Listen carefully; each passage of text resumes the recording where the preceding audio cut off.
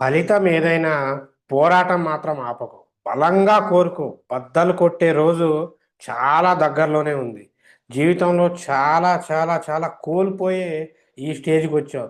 నిన్ను ఓడించడానికి 10 మంది, 100 మంది, 1000 మంది లేదు ఊరంతా ఏకమవుతున్నారంటే, అరే పిచ్చోడా నీకు తెలియట్లా. నువ్వు ఆల్రెడీ గెలిచేసావు. అది నీ వ్యాపారంలో కానియండి, ఉద్యోగంలో కానియండి, రాజకీయంలో కానియండి, ఎన్నికల్లో కానియండి. నువ్వు 100 మంది నీకు శత్రువులు అవుతున్నారు అంటే నువ్వు గెలిచావనే అర్థం. రైట్? సో, ఒక చిన్న మొక్కని తొక్కడానికి ఒక పెద్ద కుంపటి ఎప్పటికీ రాదు. అదొచ్చింది అంటే అది కుంపటి గొప్పతనం కాదు.